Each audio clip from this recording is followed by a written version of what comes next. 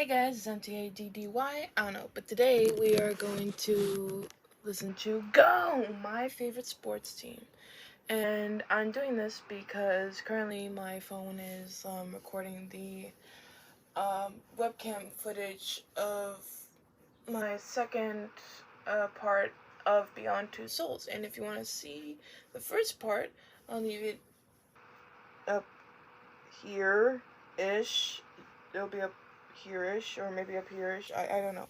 I don't know. It maybe mirror, but it'll either be up here or up here. So click that, and you can watch my first part and get ready for that. And then tonight, me and Mom are gonna record She-Hulk and watch that for the very first time. We are catching up with Miss Marvel because I haven't showed her Miss Marvel when it came out, but you know. She's now watching it now, and now I have to pretend to first watch.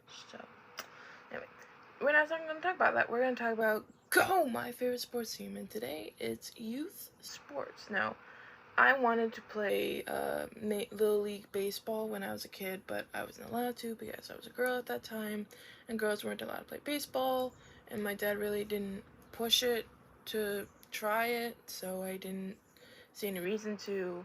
And when I was a youth, I was a big kid, and I'm still, pretty big, but I wasn't very athletic when I was a youth, but I know my dad was when he was a youth. Him and his brother loved playing baseball when he was a youth. He played ball when he was in high school and sometimes in college, but then he got his elbow hurt and his knee hurt, and now he can't play baseball all that too well. But I know my cousin Gio played baseball all throughout his life since he was like a little kid, and now he's going to college for baseball and stuff like that. So yeah. Anyway, yeah. So that's my experience and my family's experience with these sports. I wish I did baseball when I was younger. Maybe then that'll fuel my passion of baseball. But whatever. It is what it is.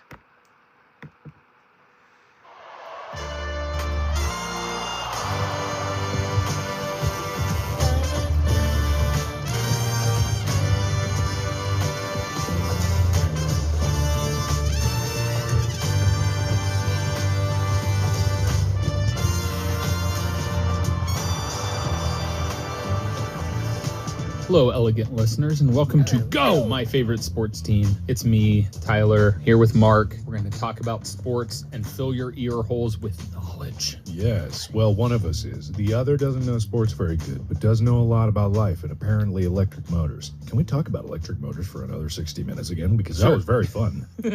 All right, so in the world of No. You had your fun. So, Mark, today we're going to dive into childhood. Not ours this time, but other people's. We're going to dive into other people's childhoods? Not like physically. Oh, this sounds so wrong. This is so wrong. What's wrong with No, that? we're going to be talking about youth sports. Oh, okay. But before we get into that, A word from our sponsor, us. We have merch. go buy it. Store.gmfst.com. You can also finger sports. We all finger sports. Woo! Foam finger sports. Go ahead. Oh, Sponsorship over sponsorship's over? for now. Oh, okay. I thought you were going to cost me more. No. Subreddit is not ready for that. Right now our editor is out, so we had to record this episode sequentially, one after another. Sorry, I'm spoiling everything for everybody. That's why we don't have urgent, up to the date sport news. It's because we have to pile it up so that our editor can have a nice vacation and go have a lovely day. Thank you, Will, for all that you do. Yes. We miss you. I hope you are enjoying your time away. So I don't have anything to accost you, but I can I'll imagine it. Here's All right, what go. I imagine. This is Absorb like from the universe. when the electric motor episode is like, Tyler, why would you let Mark talk about electricity for a long time? I didn't know anything about sport related to that episode. What is going on? Well, sports require lights. They use electricity. Oh. Sports require TVs to watch them on nowadays, so that requires electricity. That's a good point. I'll shut up now. I'm the one liked when Mark talked about electricity for a long time. I enjoyed the confusion of the electrons and anodes. I like that. I like science. Hey, no, I get to make fun of the voices of the audience. You don't get to do that. It sounds innocent and playful when I do it. It sounds wrong and accusatory when you do it. I guess because I'm always serious and very judgy. Stone-faced Tyler that he is. But, Mark, going into youth sports, you wrestled. You've done some semblance of play as a kid, as we found out in your youth episode, Childhood of Sport Knowledge, Mark's Sport Life. Why are you saying this so awkwardly? My brain is breaking. I'm just say chopping up. Normally. Okay. You did sports when you were a young kid. Yeah. And we learned about in Mark's Sports Life episode. Uh-huh. What youth sports do you think is the most prevalent in the United States? Not in the world, because in the world, soccer is obviously the number one sport in the world, so that's going to be the most prevalent in the United States. And we're talking age like 3 to 17 is considered youth sports. All of that is youth? According to this research. I would say probably Baseball? in America, in the U.S. Yes. of America, Baseball? football, Americano. All right. Is that wrong? That is not correct. Is it baseball? Running. I don't know. Are you trying to? Is this a trick question? Like, is it a very open-ended? Like everyone runs? What is it? No. It's not open-ended. So the most popular Electric motorcycle. all of those 3-year-olds are on their electric I mean, mopeds. honestly, Super 73 is making a child-size bike for what do they call it? Like baby's first. Baby's first bicycle. Motorcycle. It's not. It doesn't have pedals, so I don't think It's baby's first motorcycle. It's pretty much baby's first motorcycle. Not lying. Hang on, I gotta go look it up. It is legitimately. It's kind of funny to look at it because it is just like a tiny tots youth series. Here we go. Look at the little thing. It's tiny. It's getting bigger. Does it grow with me? No, it doesn't. You'll have to buy one of the adult-sized ones. But look at that. It's like, imagine if I had that as a kid. Oh my god. Oh my god. You remember when Razor scooters were like the massive hype, like Scooty when we were Doos? kids? I love Scooty Razor Doos. scooters, but they Yeah, always that's hurt my called ankles. Scooty Doos. Apparently, I'm alone in that. Yeah, I think you are. Anyway, the 10 most popular youth sports in the United States. 10. According- You asked me one. Yeah, I wanted you to see if you could get the top one, and you failed. Well, see, everything you say sounds accusatory and judgmental. I feel bad. According to EngageSports.com's sports participation research data, the number one youth sport in the United States is basketball. Basketball, really? Yeah, I was really surprised by this, primarily because Weird that you went on a top 10 list number 1 first. That really doesn't bait people. Oh, you want me to go the opposite direction? Yeah, We'll well, rewind this. Rewind this. Go. All right. 10 first. Number 10 Uh-huh. is softball. Okay, I Okay. can see that. It's not everybody. People probably do baseball before they did softball. Right, but this is obviously looking at both boys and Boys girls. and Okay.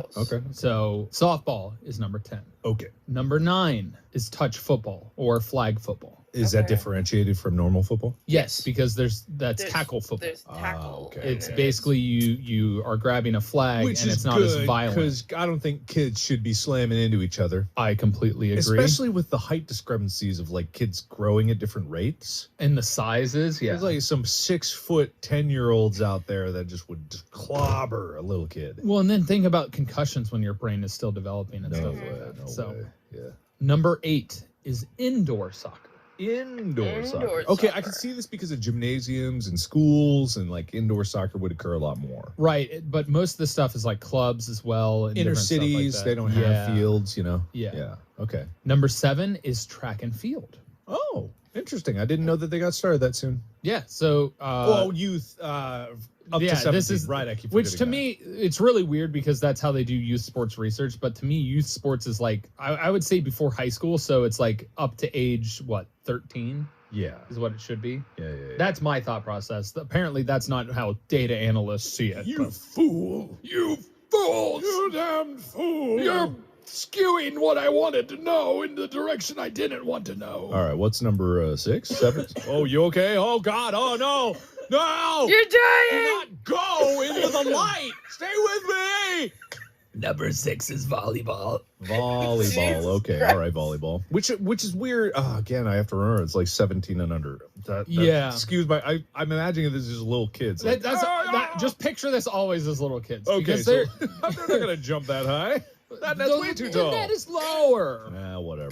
But I mean, obviously, if you have enough of this, what ends up happening as they grow up, a lot of people fall out of sports and join sports. So it's skewed in certain ways, depending on age groups. But Okay. I unfortunately don't have the full breakdown of their research, which is really sad. Number 5 is gymnastics. You know, Okay. Ethan Really? grew up doing Interesting. That's gymnastics. 5. I could see it's really fascinating because it's not as prevalent when you get into later years. That one really I do see though as like a young kid thing. Yeah, and I think it's great for young kids because working on joint mobility, motor skills that you learn in gymnastics, just bodily awareness. Yeah, exactly. Like gymnastics has so many benefits as far as learning those motor skills and that awareness. It also ties into I think the kid's natural play style of run around and jump off of things. Well, yeah, and it's as we learn motor Parkour skills. for babies. Oh, baby core. Baby- Baby core.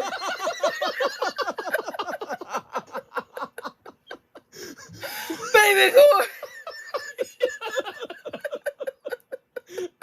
I win. I got Mark the laugh really hard.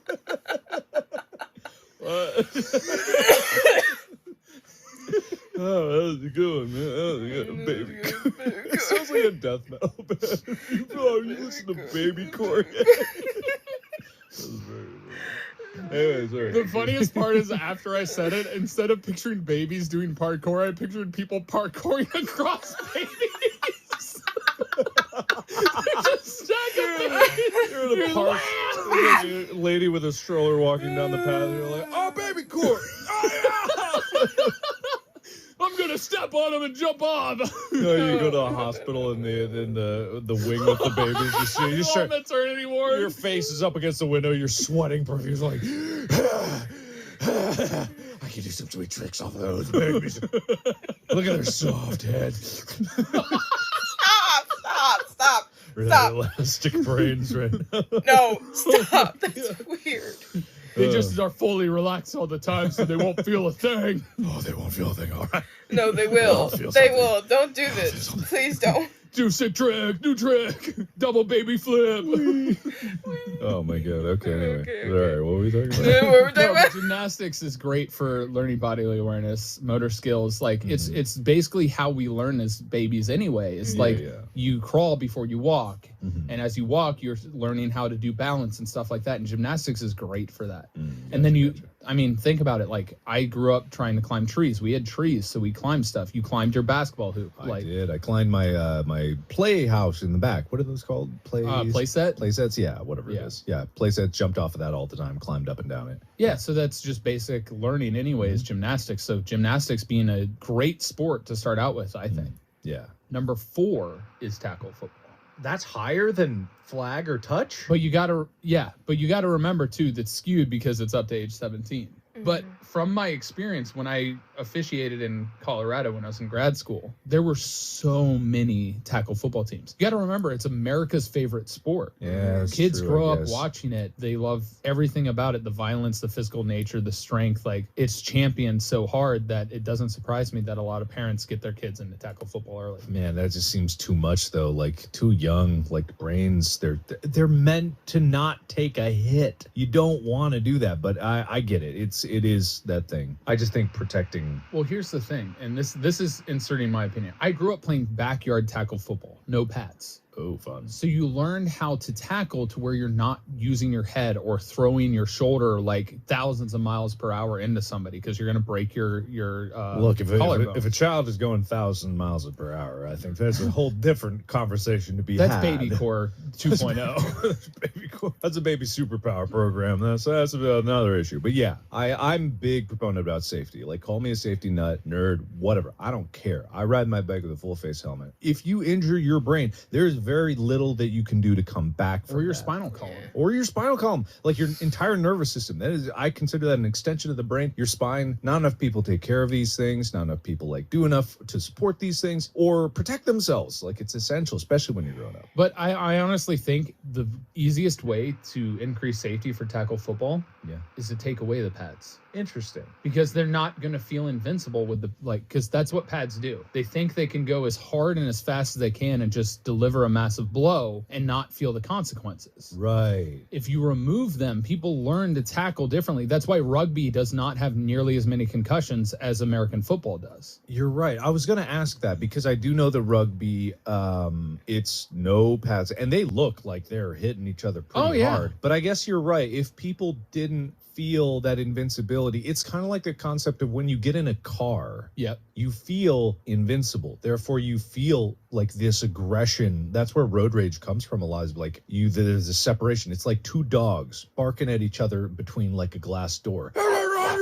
And then when the glass door gets open, they stop barking, right? Because they're like, oh, shit. It's why when I'm on my bike going 35, I feel in incredible danger. Where I'm in my car going 80, like, I don't feel nearly as in danger. And when you feel that fear and in danger, you're more aware, more alert, and more cautious. That's a good point. I don't have any data to back that up, but I like it makes sense what you're saying because humans naturally have like a safety protocol built in. Like even if you are not aware of it, your body is aware of its own limits. Stand on a 3rd-story building and look over the edge, and you feel like this is a bad fall, no good fall here. Like because your brain knows I am X height above this, I die if I hit ground. It's wrong. Self-preservation. Self-preservation. You have strong instincts. Yeah. So yeah, that does make a lot of sense. It's kind of like the misconception of when you're building highways, it's not more lanes doesn't fix the problem. Right. More pads doesn't necessarily fix the problem, right? Mm-hmm. I see. It's bike paths. Build more bike paths. Build more bus lanes. Invest in public transit to make it much better. And then, wow, you have less traffic problems and a better connected city. And honestly, better city planning to where you're not separating residences from jobs, having them collaborate. How do I start campaigning for bike lanes? How do I what city hall do I go? Run for city representative. Without that, whose door do I knock on with all of my audience and be like, more bike lanes? You could do an online petition. Well, that's lame.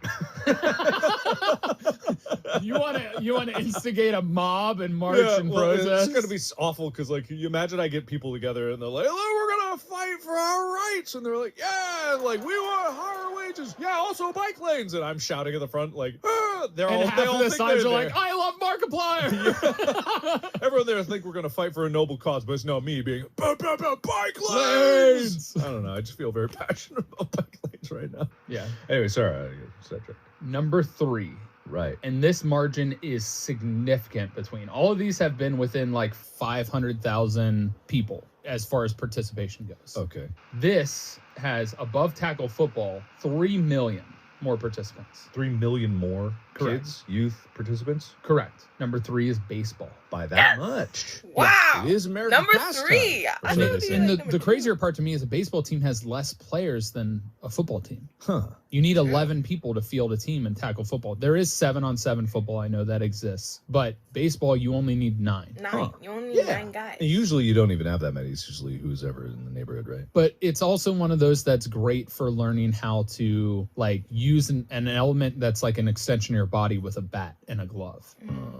So it creates an additional body awareness in the sense that you are using a tool as a part of the sport. Okay, interesting. Yeah, tool-based sports like tennis and baby core.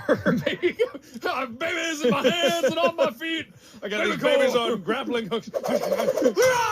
Baby Stop. chucks. Stop. Stop, please. Yeah, there's a whole slew of baby-powered sports that we have That's not BMA, explored. baby martial arts. What about BMX, baby motocross?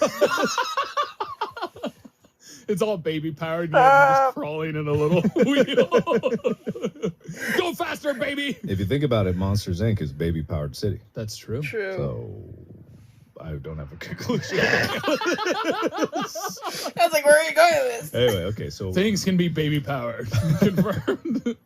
All right. Number 2. Okay, Outdoor soccer. that makes sense. In America, though, the Correct. U.S. Yeah. Wow, so it's picking up in popularity. Now, if you combine indoor and outdoor soccer, it could very well be number 1. Wow. The icons that it uses to represent 500,000 people would be equal, but I don't know the exact number of which one would be higher. Okay. But because they separated them. That's just like it shows the popularity of that in terms of the world. Like in the world, it's soccer by an enormous margin. Well, and also it's also one of those that's great for motor skills because you're learning eye-foot coordination. Yeah. It adds the element of like kicking and running and everything together to where, you know, you have a team and you're doing This soccer. could be us. Mark's showing me a picture of us on a tandem electric bike. Well, it's not us now. But it will be us. It will be. It could be if we have... anyway. Yeah, I'm definitely paying attention to what you're saying. Sorry, we had that electric motor episode, and now Mark's just focused on what is new and electric now. No, there's nothing new and electric now. Nothing. And then finally at number 1 is basketball. I'd almost forgotten.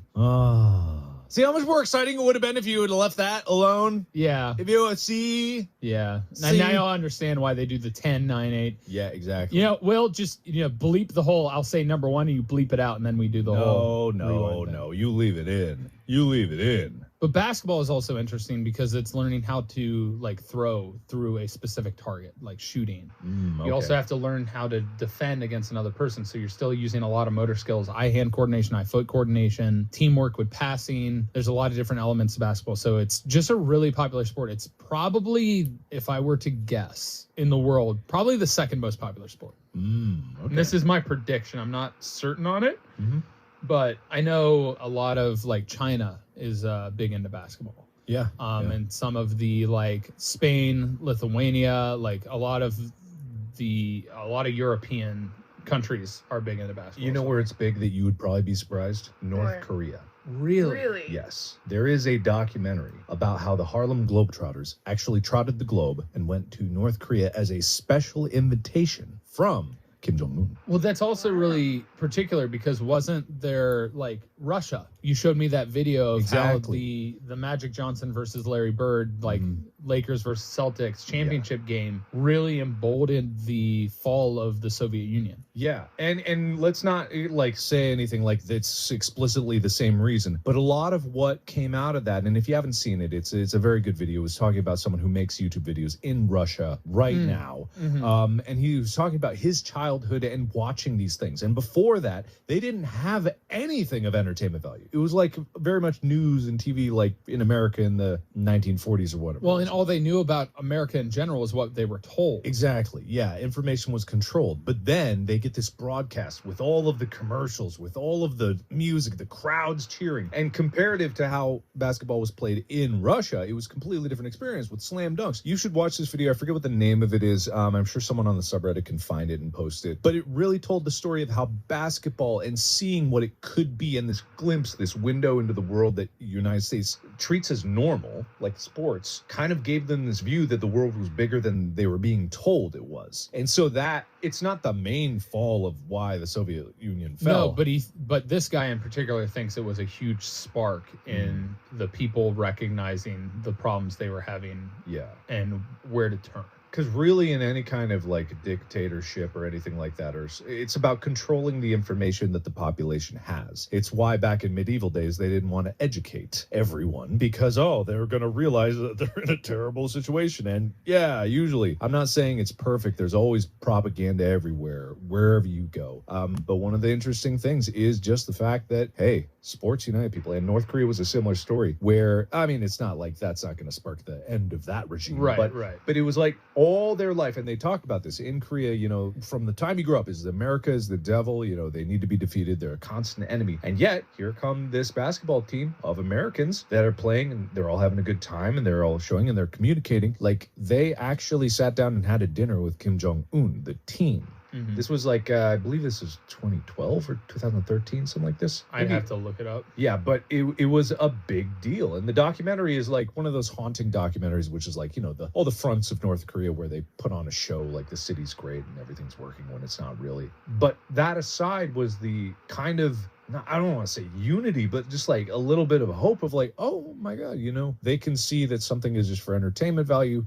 They can have fun, not everyone's evil or whatever. I don't know. It's like that little glimmer of hope. I do kind of hold on to that. That is nice. I'm trying to find the date and I can't find it. That's all good. There's a news article from 2014, so I'm going to say 2013 or 2014. Yeah. This episode of Go is sponsored by Mint Mobile. After years of fine print contracts and getting ripped off by big wireless providers, if I've learned anything, it's that there's always a catch. So when I first heard about Mint Mobile from Ryan Reynolds, the co-owner, I was pretty excited to hear that I can get premium wireless for $15 a month. Wow, you called up Ryan Reynolds and got that personal endorsement about it? No, on TV he said he was co-owner. So you don't know Ryan Reynolds? No.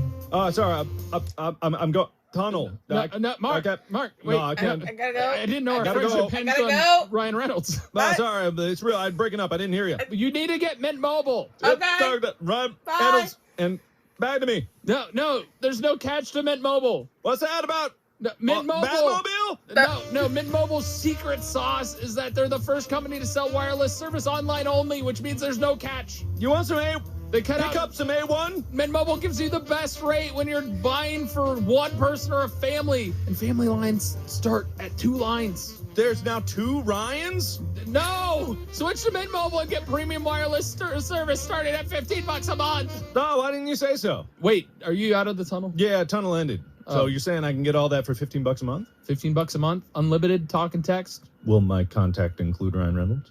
No. To get your new wireless plan for just $15 a month and get the plan shipped to your door for free, go to mintmobile.com/go. That's mintmobile.com/go. Cut your wireless bill to $15 a month at mintmobile.com/go. All right, so now that we've covered what's the most popular sports, youth sports, Okay. we go into Act 2.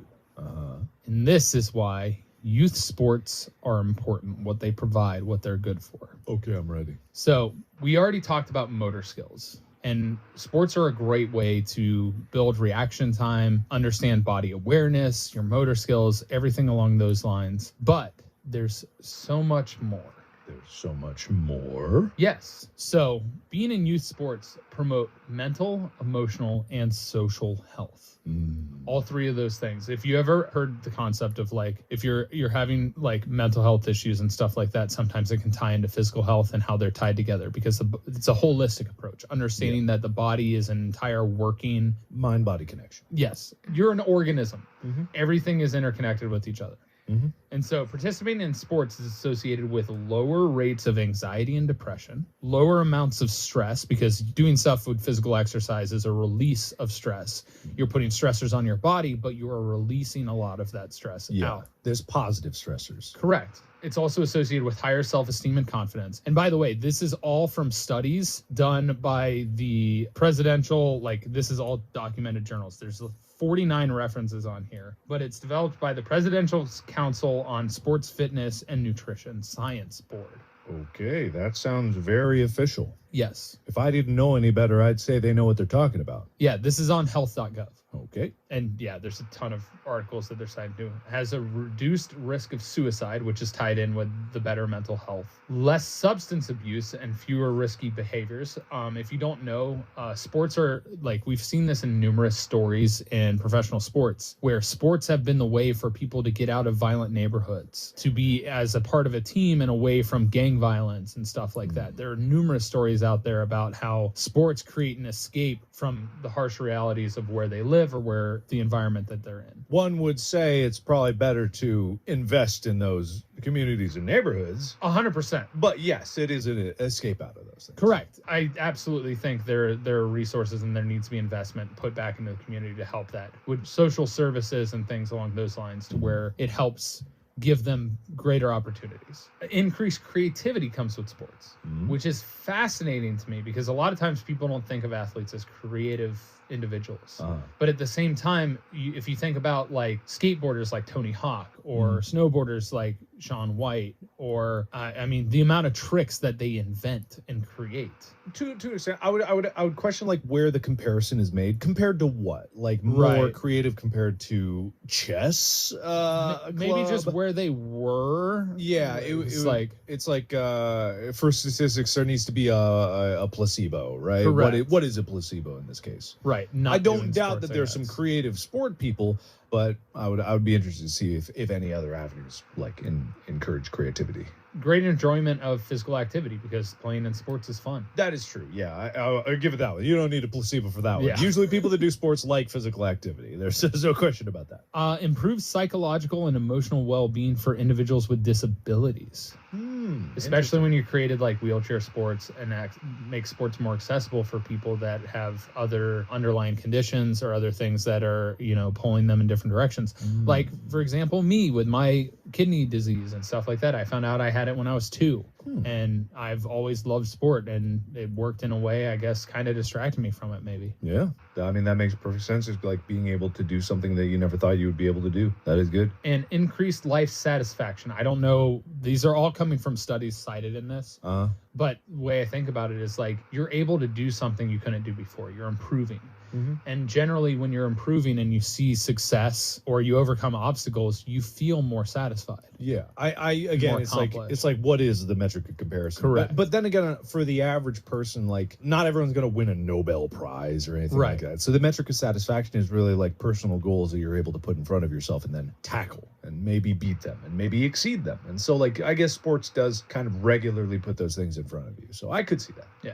The other thing, which is the most obvious, is physical health. Sure. Yeah. I mean, unquestionable.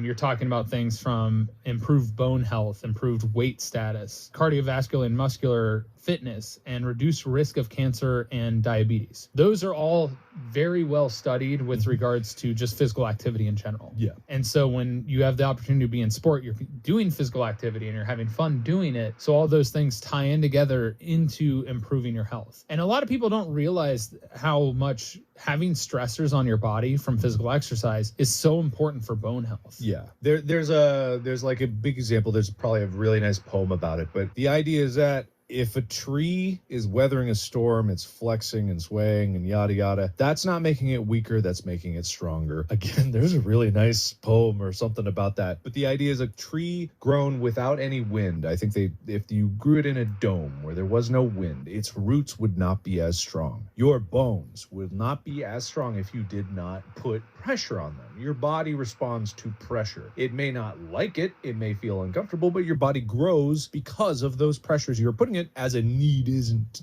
we're created. The most obvious and apparent one is your immune system. Your immune system gets stronger the more it's exposed to bacteria. That doesn't mean inject yourself with bacteria. Yeah, don't go eating dirt in the backyard. That's not good. But like if a child that grows up in a bubble where everything is sanitized and constantly cleaned and stuff like that will generally have a weaker immune system than a kid that goes out and experiences the world, hangs out and plays with people.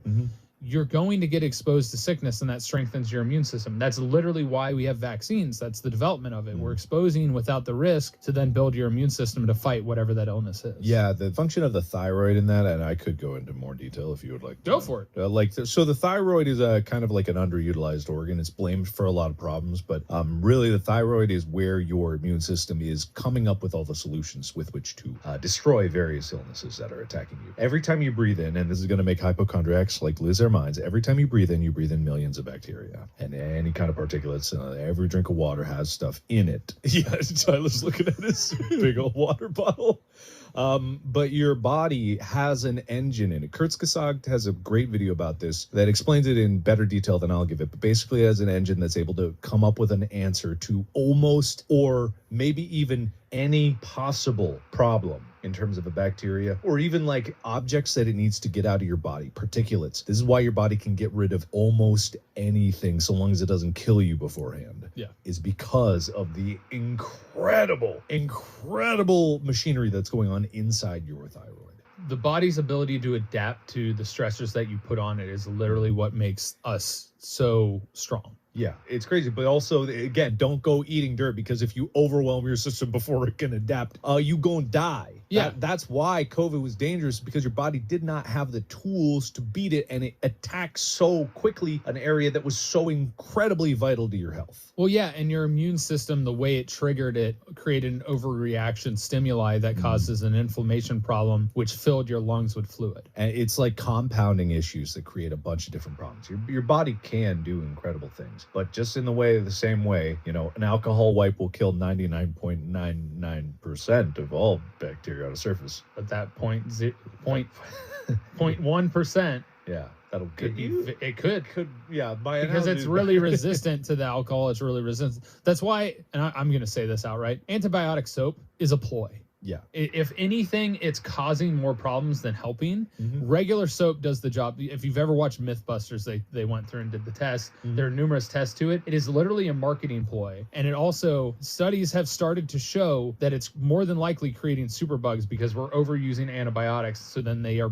adapting much like our body does and becoming resistant to it. Yes. Yeah. The thing about these bugs, and this is getting off topic of a lot of things, is like what people have a misconception of what is actually happening with antibiotics and your body. They go like, well, if I can beat anything, why can't I beat this? Just give me those antibiotics. It's like your body doesn't have the tool yet for that thing. The antibiotics act as a buffer so that it can, and these things can and will overwhelm your immune system to render it unable to fight. Antibiotics will attack the bacteria directly so that it can fight back your body. There is nothing that doctors or anyone in medicine does that is better than your body's ability to heal itself. All they do is stitch you back together and put you in a place where your body can heal yourself. That's why cancer is so dangerous. It's literally your body revolting against you. Yeah. And again, nothing can kill something in your body better than your body. Well, and that's the most amazing thing to me is that most people don't realize that cancer is a naturally occurring thing in your body constantly, and your body destroys it. Oh, yeah. Because it's literally as your cells replicate, mutations are going to happen. Mm-hmm. And it's one of those things where it's like, that's bad, kill. Yeah. So then it doesn't replicate and become a problem. What ends up happening with cancer is it replicates, and there's multiple different strands. One, it's harder to detect by your immune system because it's so closely related, or it replicates too fast where your immune system can't recognize it and destroy it fast enough. Yeah, exactly.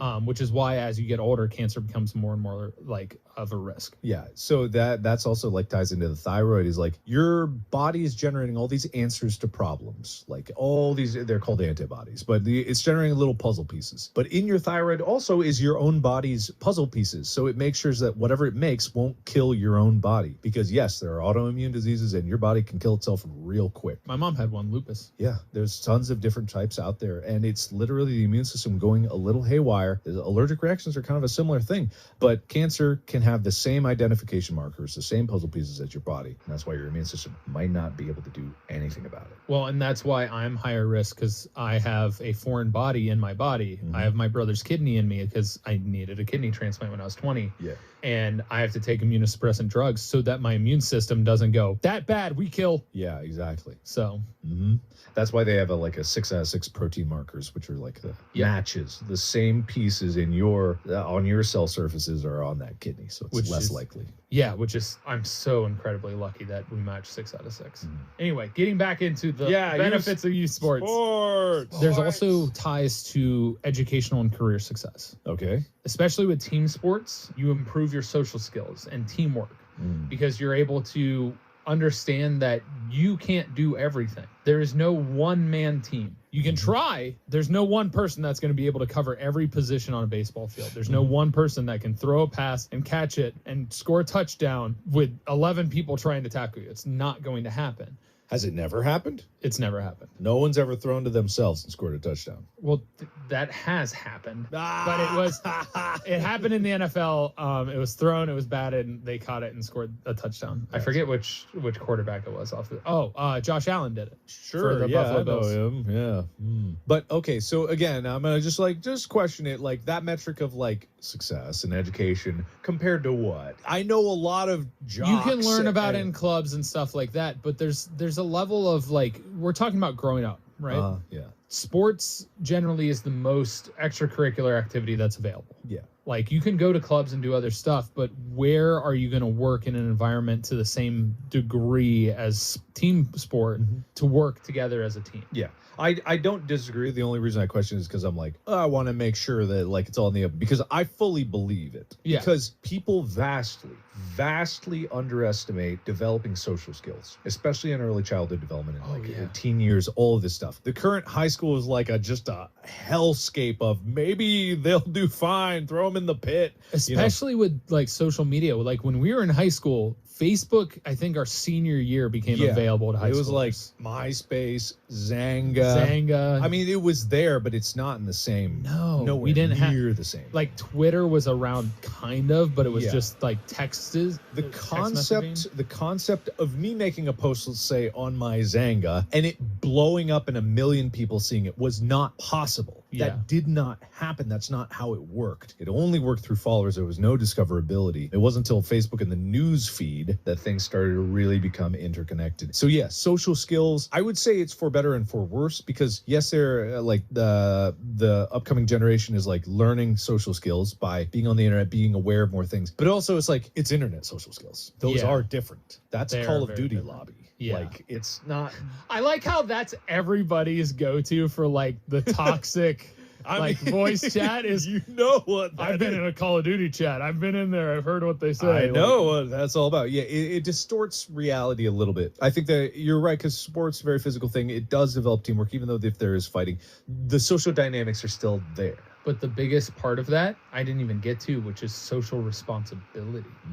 Interesting. Because you are accountable to your teammates. It's one of the few things early in life, like other people experience it with their family and things along those lines. But when you're in sport, if you make a mistake, it hurts the team. It doesn't just hurt you, but you feel a responsibility to have to be able to perform for the people around you. Yeah. And so you recognize that you have a responsibility to other people to improve or to practice or to be a part of it, because a team is only as strong as its weakest link. That's a phrase that's said numerous times in sport constantly. It's even said in business. When it comes down to it, you have to grow together or else it doesn't. This is probably the point above all else that I agree with the most. I do think more than almost any other activity you could do when growing up, especially in the youth category of stuff, social responsibility is a very tricky thing to ingrain in people. But yes, in sports, it really does do that, because if you want to be a part of it, which is part of the social dynamics of it, like if you want to succeed, if you want to win, or if you want to just like be there for your teammates, in your school, it's a free-for-all, right? Yeah. Education is just like a solo thing. Oh, I got an A, I got a B. Unless you're in a group project, was like once every quarter, maybe. You don't have these constant barrage of, I need to be there every day. I need to make sure I train good enough. I need to make sure I practice. I need to make sure, because people are counting on me. I'll carry the team on my back, you know? Yeah. I'll go to this. My leg broke. My leg broke, but I got to score. I got to score. Love that video. But you know, that I would agree with. I would like to hear other suggestions of what could possibly teach more regularly, not better, because I bet there are better ways, but not more regularly than team sports. Well, and on top of that, what is a way to do it that it doesn't necessarily be like, oh, I'm just like studying it. It's like, it just becomes a thing. It's something I didn't realize, but I've always loved team sports. And I've had this conversation with you, is like, I work better when I'm working to improve somebody else's stuff than I do sometimes motivating myself. Yeah. I mean, I think that's human nature. I really do think it is. No human is meant to live on their own. Have you watched Alone? I have yet to watch Alone. I've been told numerous times. I highly recommend it. Great show. But this doesn't spoil anything. One of the people in the show said he was hungry, he was cold, he was kind of feeling tired. And he said to the camera, man, I don't know what's going on. If my wife was here, if my daughter was here, I would be unceasing in my pursuit of food, because I would never want them to go hungry. But I'm here by myself, so my desire for food is less than my desire to sit here and do nothing. And it's like, it's crazy. It is that responsibility that you feel. And I think that, what you're saying is like the difference between your school organizes a volunteer event, you're going to clean up a highway. And it's like, if you do it, you get an extra credit. You don't really want to do it. You want it for the extra credit. Yeah. It's no one really is depending on you. That is social responsibility in like cleaning up your community, but you don't learn anything from it. You don't feel it. You don't have that need come from within, which is where all personal development comes from. No one externally is going to make you grow as a person. You choose to grow within yourself when you're confronted by things that challenge who you are. That is a universal thing for everybody. And how you face the challenges determine the person that you are. And I think like with sports, yes, it really is a question. And some people are like, I'm not cut out for this. And then they quit. And that's fine. That's not saying they're lesser. I mean, maybe physically, fitness-wise lesser. But these are the questions that we all have to ask ourselves, and there are no right answers. But social responsibility is important, because feeling the need to be there for your fellow human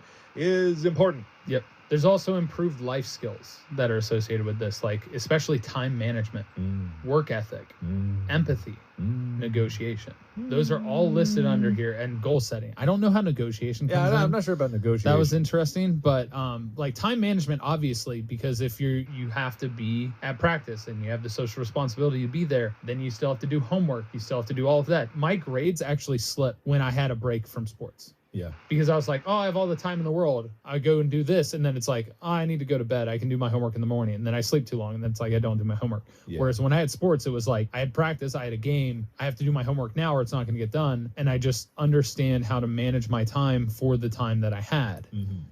Work ethic as well, because like that's that social responsibility. Like if I don't put in this work, I'm going to hurt my team. Yeah. And if I don't put in this work, I'm going to fall behind.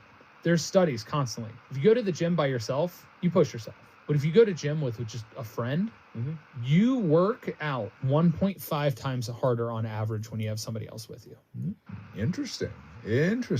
Okay. Well, how does that equate to if you make friends at the gym and you know the people there? You could do that, but a lot of times people don't do that because you go to the gym and it's like, I'm here to isolate and work. Yeah. But when you have somebody else with you, you end up pushing each other. There's a weird in your brain. It's the impression. I want to impress. So especially if you see somebody who is a potential sexual partner or romantic partner, that motivates you even more to push harder. I mean, you've heard of all the stupid things people do for love, right? So yeah, I mean, I haven't heard of all of it, I guess. But when you have that in front of you, you want to be at your best, so you push yourself even harder. Your body instinctually actually works to like do more when you're in that environment because of the natural animalistic instinct that exists to be, I am the alpha. That is truly a thing biologically. Maybe not for everybody. Not for everybody. But that's why it's like 1.5 times harder on average. Okay. You go there with somebody else. So you go to the gym with your potential sexual partner is the ideal workout condition. Yeah. Interesting. So conversely, by the transitive property, if you analyze a segment of 100 people that you go pair off to the gym with, the one you worked out the hardest with is the one your true love. I never thought of it like that, but that could. I want that to be a study now. That's why I'm here. That's a great study. Some scientists take this and go study it. Yeah. All the scientists that listen to this podcast. Hey, sociologists could listen to it. I think they tuned out at baby core. But baby core is such a good sport. No, it's not. Okay, all right. But again, like that list of things before we got into this particular segment of it, like there's other stuff that can do it. List. I again, I'm like, compared to what though? It's the way that these studies work is it's comparing sports participation to non-sports participation generally, because this is a summation of multiple different articles and multiple different studies. A lot of it is scientific journals that are cited in the bottom. So I'm not reading the actual scientific journal. I could go into really deep depth on each individual thing and do the entire scientific report and walk through it, but that would take too long. Okay, that's fair. Why do the research? But there's also generally people that have been athletic in the past have higher levels of academic achievement. There's a correlation between sport involvement and academic achievement. Greater leadership qualities that are in there as well. The Dan Tepe was the salutatorian. Yeah, he did football. Who was the? He wrestled. Who was the valedictorian? I think it was Shannon Majoris. Yeah, Shannon Majoris. Did she do any sports? She played water polo. There you go. And swam. It's proven. I mean, I would believe it because how many people went to high school and didn't do a sport? I would imagine it's a minority who didn't do any sport. Like not even club or anything. I would think it was probably a minority. I think it's probably close to 50-50. I bet it would be below because I'm trying to think of a single person I knew that didn't do anything.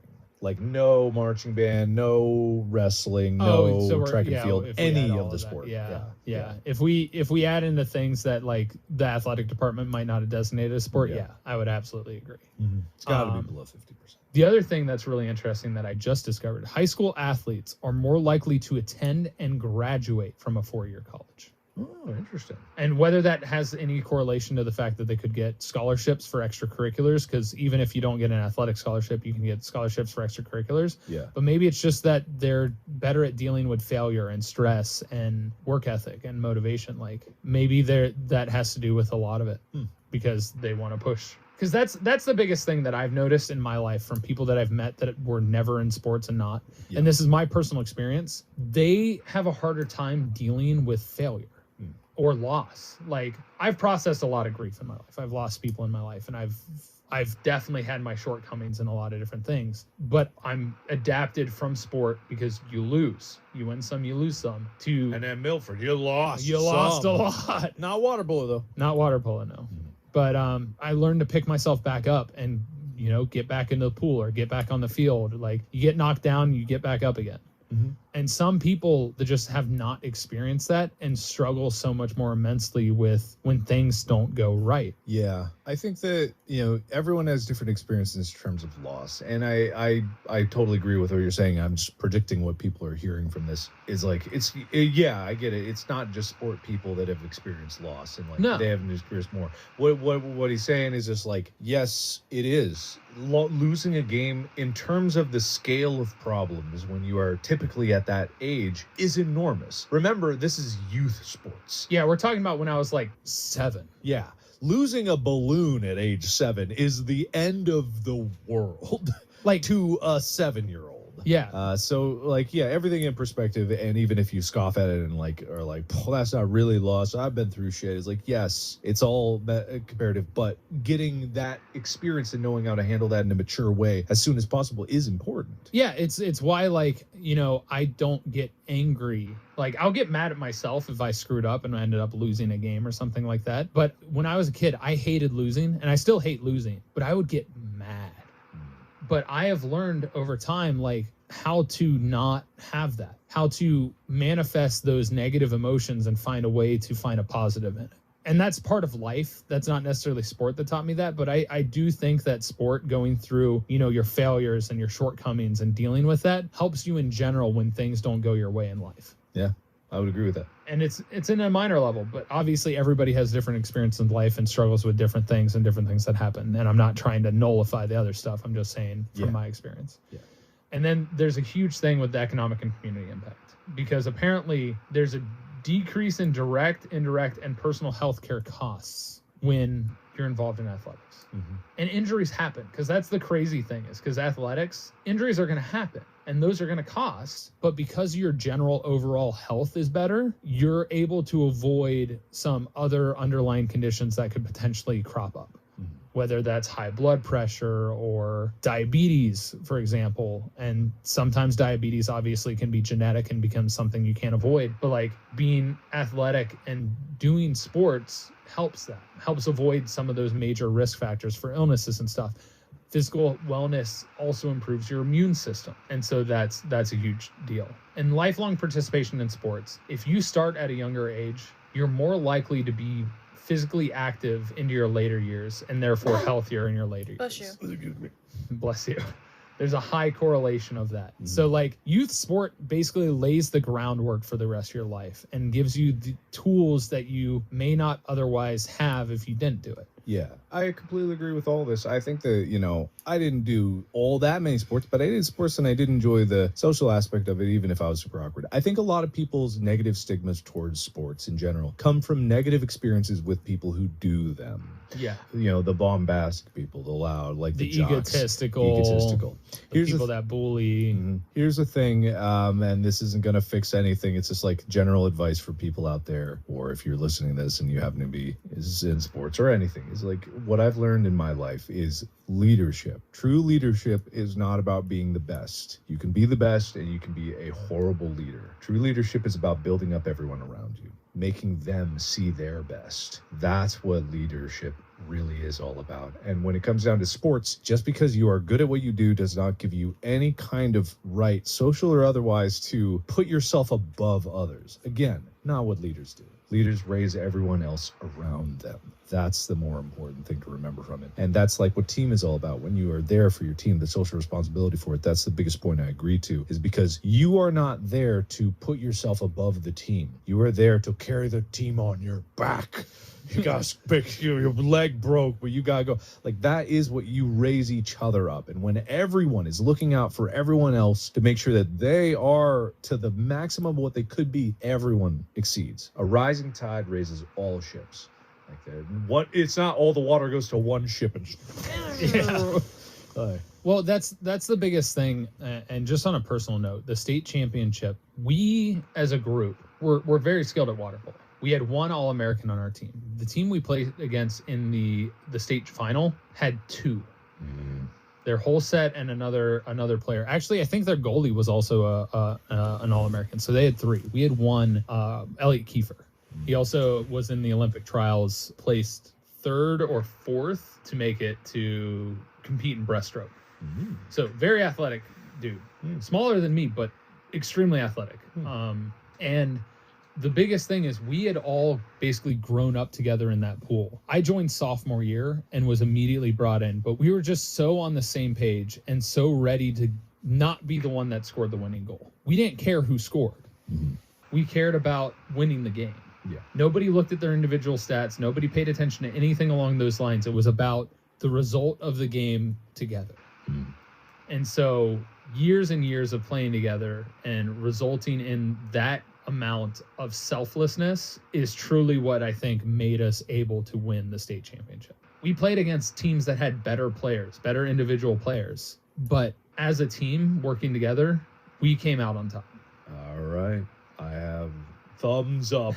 I agree. I don't really have any point to add on to that, so I'm just going to say thumbs up. That's great. And I think it's a pure example of like what being there for your fellow teammates is all about. And it extends beyond sports. It extends to your school. You can't look around at everything around you and go like, everything's a shithole and then do nothing about it. Like, everything is connected. All people are connected, outside sport, inside sport. It's about reaching out and just doing one thing to help the world around you. That's all you need to do. You don't need to carry the whole world on your shoulders. That's not the weight that you need to carry. It's doing more than just you for yourself. Yeah. That's the only way people survive as a whole.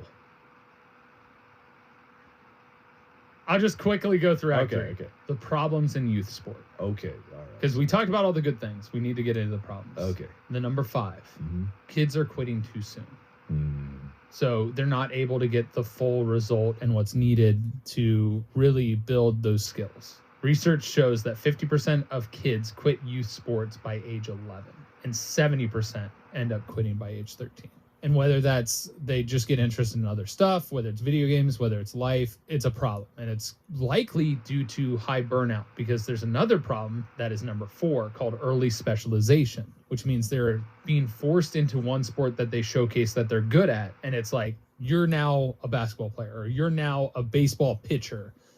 And that results in burnout just mentally, because you're only doing one thing, but physical burnout. There's an increase in injuries. There's an increase in just like body disposition and discomfort because you have muscle imbalances. Things get thrown off. And so all of those things factor into the fact, and then the parents' pressure to be like, you're going to be the best at this. So early specialization pressure, a massive reason why kids burn out and are quitting, but it's also a massive reason why there's a problem in it, because they're like, you're going to be the professional. And that should not be the factor in youth sports. It should be about improving your motor skills.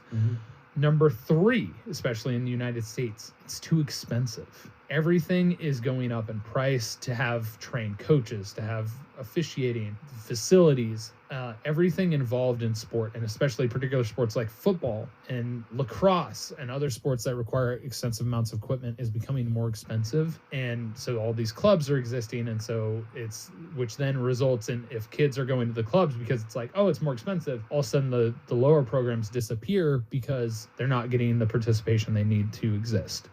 And so there's a twofold problem there. And that also then pushes people away from sports because they simply can't afford it. And really, sports should just be accessible for everybody and fun. Number 2, too much stress and not enough fun. Too much focus on winning and not about just improving and being a part of something that's a collaborative effort and just enjoyment, making it fun for kids. You know, that particular point, I can hear all of these like baseball dads being like, we're raising these kids to be sissies. We're teaching them participation trophies, and now they're turning them into losers, you know. Well, I mean, I'm a proponent against participation trophies, but that's on a different regard. You didn't say it in the accent. I'm a proponent of participation trophies. Now don't deserve damn things. But yeah, the mentality, like, if you're not winning, you're losing. The ninja tweet that he made, like, oh, people lost. If you're not getting angry when you lose, then you don't care enough. And it's like, No, you can care, but you can also just enjoy the fact that you're able to play the game. Mm-hmm. Okay, gotcha. So what's the difference between that and the participation trophy? I'll get into that. All That's right, a different thing. Future episode, participation trophies. A lot of times it's not playing with friends, lack of free play, which is just like, in practice, it's so like you're not able to just go around and shoot hoops, Yeah. Other over-involved parents. That episode we had, sports parents? Yeah. Big problem as to why it's too much stress for kids. Mm-hmm. But the biggest one, and this is something I complain about in college, is lack of playing time. Everybody needs to be able to play. Don't just play the best players because they're the best, because winning isn't everything. Yeah. You need to give kids the opportunity to play, whether they're good, whether they're bad, who cares? Yeah. Whether one person's better than the other, you want to give them the skills and you want to make everybody have fun. It should not be about winning. When you are just developing, no. Winning can matter, but don't make it the number one thing. Mm-hmm. And the number one ties into this.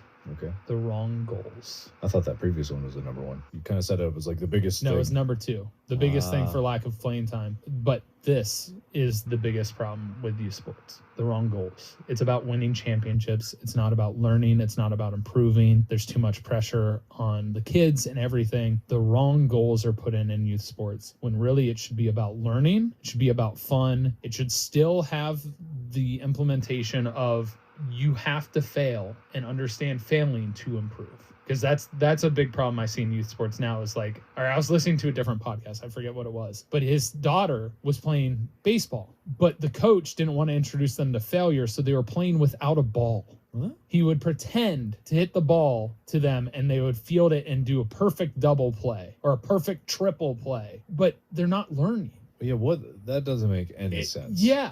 That literally makes no sense. So like there's a level where it needs to have the level of failure, but there also needs to be a level above what that is. Yeah. Because that's not teaching anything. They're not learning anything. They're not doing anything. They're not doing anything. It's They're like role-playing baseball. which is fine if you roll your dice. You fail in D&D when you roll you're that right, one. You're right. Yeah. Do it. Even that's more interesting. So you need to get the goals right. It needs to be about improving. It needs to be about the motor skills. It needs to be about fun.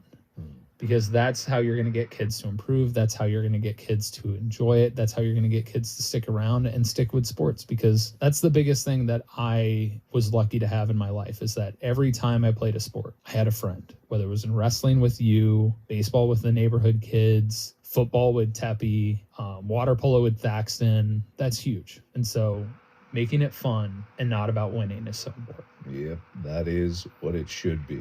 But humans have a habit of taking things too far. And that's also something that people need to control within themselves. Yeah, don't be too serious. Yeah. You don't make it out of life alive anyway. It's a good point. We don't make it out of this episode alive either. So the spike trap in the ceiling will slowly descend on us. It's a few minutes before we're crushed. Okay, good. So thank you for this enlightening discussion about the sports of youths. Yeah. I mean, youth sports is how we met. So, I think it's important that people understand that whether they have kids or in their future want to, maybe consider youth sport and pay attention to what they're doing. Yeah. Okay. So the advice is, let them fly. Don't hover around. Make sure they lose a lot. That's important. Make sure they are enlisted in baby corps very early. Baby corps. Start them early. They need to be on both sides of the receiving and the doing of the baby corps. But yeah, thank you so much. This is very enlightening. No advice for me because I'm not a youth anymore, but maybe someone out there is. Yeah, and maybe they have their own kids that are in youth sport. And maybe we have the Discord up now and this merch at store.gmfst.com, and a YouTube channel is now up. Oh, there's so many things for you to enjoy. Well, it's not really that much of a crisis anymore.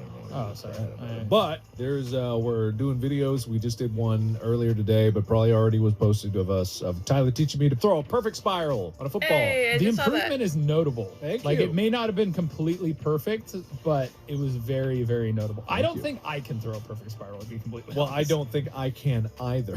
So I I know what to do to get there, but that doesn't mean my body does it. Yeah. But if you want to check out cool videos and you have ideas for videos for us in the future, we will do the butler video. We'll do the chauffeur video. We will get in all the videos, and the chauffeur will be my bike. You squeeze up on it with me. Aww. I thought it would be the tandem, and you're just sitting on the bike as I'm pedaling. Wait, you're supposed to be the chauffeur. You pedal, and I sit in the back. Yeah. I'll just have to pedal both of our fat asses around town.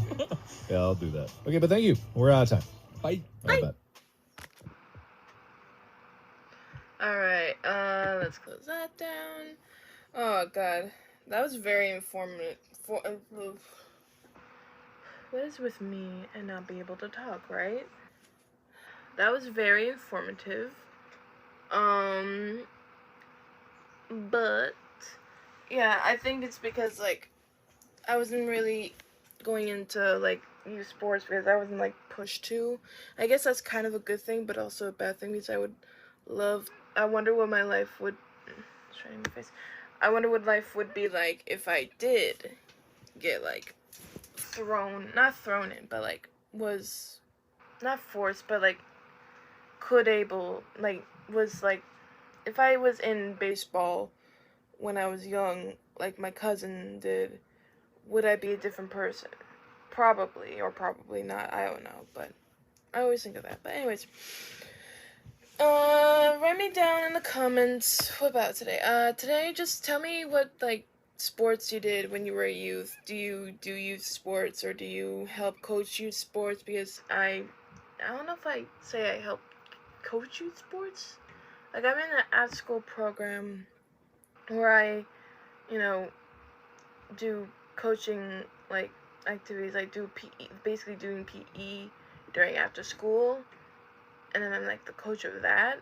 But I don't know if that's the same or different, but whatever. And, like, just tell me, like, some games you played, like, either it was baseball, basketball, football, anything in your youth that you did, like just let me know in the comments below. But I hope you guys enjoyed this very informative, kind of a long podcast of my favorite sports team. But yeah, I'll see you guys later. This has been M.A.D.D.Y. I don't know, but I'll see you guys either later tonight